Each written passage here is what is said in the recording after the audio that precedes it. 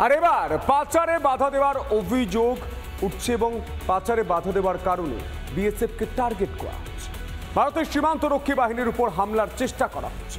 আত্মরক্ষার্থে BSF গুলি চালাচ্ছে, আর সেই গুলিতে নিহত এক বাংলাদেশি। সীমান্ত এলাকার সুরক্ষার্থে এবার বাংলায় আসতে চলেছেন কেন্দ্রীয় স্বরাষ্ট্র সচিব গোবিন্দ মোহন। বৈঠক করবেন বিএসএফ সহ বিভিন্ন ইন্টেলিজেন্স ব্রাঞ্চের সঙ্গে। দেখো,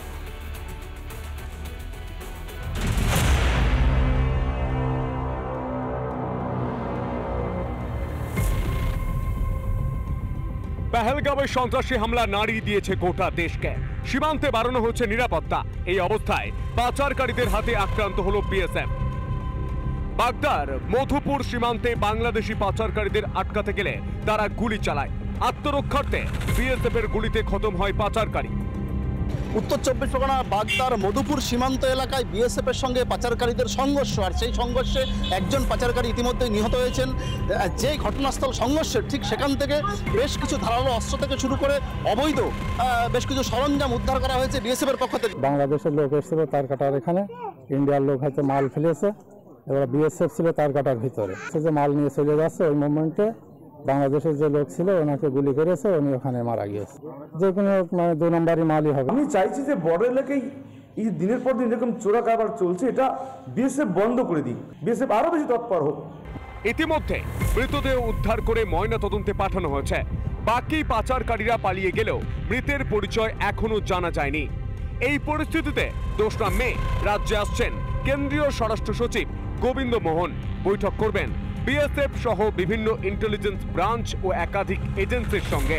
একাধিক বর্ডার রয়েছে, সেই জায়গায় দাঁড়িয়ে এই সমস্ত বর্ডার থেকে জঙ্গিরা ভেতরে প্রবেশ করতে পারেন বলে আশঙ্কা করা হচ্ছে, এবং সেই কারণে নিরাপত্তার স্বার্থে কেন্দ্রীয় স্বরাষ্ট্র সচিব গোবিন্দ মোহন তিনি কলকাতায় আসছেন এবং বৈঠক করবেন শীর্ষ কর্তাদের সাথে। এক কথায় শত্রু বিনাশ করতে সব দিক থেকে তৈরি আমাদের দেশ ভারত।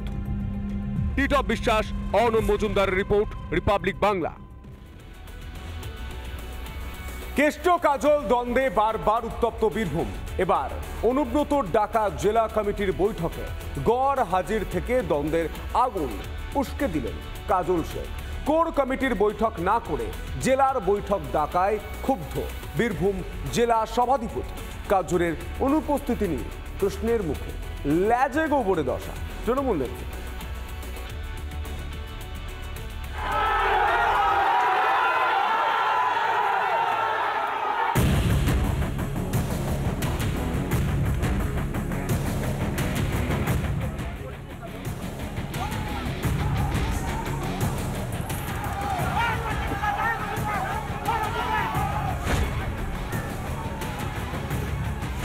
লালমাটির বীরভূম তপ্ত তৃণমূলের গোষ্ঠীদ্বন্দ্বে। শনিবারই অনুব্রত কাজল অনুগামীদের সংঘর্ষে উত্তপ্ত হয়ে ওঠে সিউড়ির পুরন্দরপুর।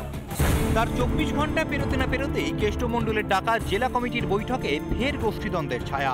তৃণমূল কংগ্রেসের জেলা কমিটির বৈঠক, কিন্তু সেই বৈঠকে গড় হাজির থাকলেন বীরভূম জেলা পরিষদের সভাধিপতি তথা তৃণমূল কংগ্রেসের জেলা কোর কমিটির অন্যতম গুরুত্বপূর্ণ সদস্য কাজল শেখ।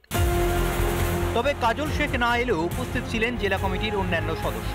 তৃণমূল সাংসদ শতাব্দী রায় এবং রামপুরহাটের বিধায়ক আশিস ব্যানার্জিকে পাশে বসিয়ে মিটিং সারেন অনুব্রত মণ্ডল। কাজলের অনুপস্থিতির প্রশ্নে রীতিমতো অস্বস্তিতে বীরভূমের তৃণমূল নেতৃত্ব। ঠিক সময় জানতে পারবেন, এখানে আমাদের সাংগঠনিক আলোচনা হলো, সবিস্তারে বলবে আমাদের জেলা সভাপতি। এ সম্পর্কে এখানে কিছু আমি এগুলো আমি এখানে দলের কথা এখানে বলবো কেন? কোর কমিটির মিটিং না ডেকেই জেলা কমিটির মিটিং ডাকায় ক্ষুব্ধ বীরভূম জেলা পরিষদের সভাধিপতি।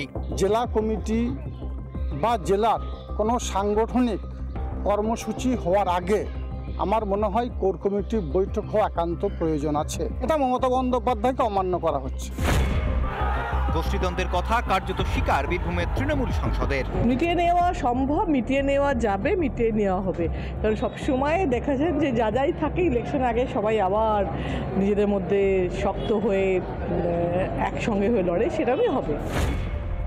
কেষ্ট কাজল দ্বন্দ্বে রক্ত ঝরছে বীরভূমে। অনুব্রত তিহারের জল খেয়ে ফিরতেই শুরু দুই নেতার ঠান্ডা লড়াই। বিধানসভা ভোটের আগে এই গৃহযুদ্ধের মাসুল গুনবে না তো তৃণমূল?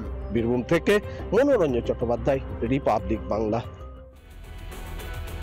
বীরভূম দেখলেন, মধ্যবঙ্গ দেখলেন, রাঢ়বঙ্গ দেখলেন, এবার দেখুন উত্তরবঙ্গ অর্থাৎ পাহাড়ের ছবি।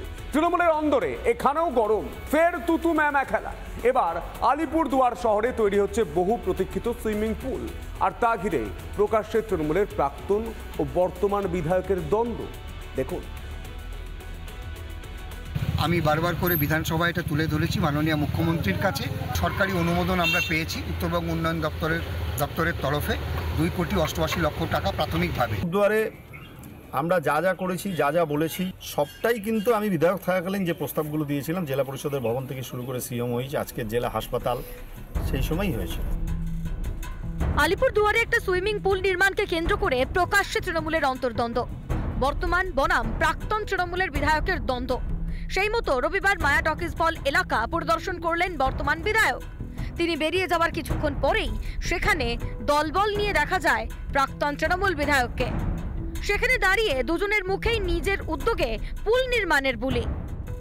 আমি বারবার করে বিধানসভায় এটা তুলে ধরেছি মাননীয় মুখ্যমন্ত্রীর কাছে, এবং পরবর্তীকালে মাননীয় মুখ্যমন্ত্রীর নির্দেশে উত্তরবঙ্গ উন্নয়ন দপ্তরের ইঞ্জিনিয়াররা এই এলাকাটি পরিদর্শন করে একটা যে অনুমোদন আমাদেরকে দিয়েছেন, সেই সরকারি অনুমোদন আমরা পেয়েছি। আমি বিধায়ক থাকাকালীন উত্তরবঙ্গ উন্নয়ন দপ্তরকে যে কটা প্রস্তাব দিয়েছিলাম, দেরিতে হলেও উত্তরবঙ্গ উন্নয়ন মন্ত্রী উদয়ন গুহ এবং রাজ্যের মুখ্যমন্ত্রী মমতা বন্দ্যোপাধ্যায় যে সেগুলো স্যাংশন করছেন, এটাই আনন্দের বিষয়।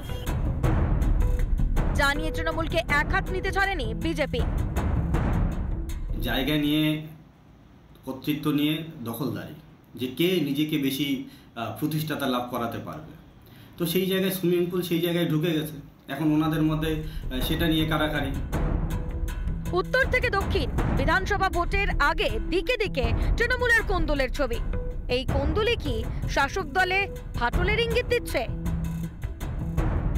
রিপাবলিক বাংলা। নানা ধরনের কন্টেন্ট দেখার জন্য লাইক করুন, শেয়ার করুন আমাদের ফেসবুক পেজ, সাবস্ক্রাইব করুন আমাদের ইউটিউব চ্যানেল।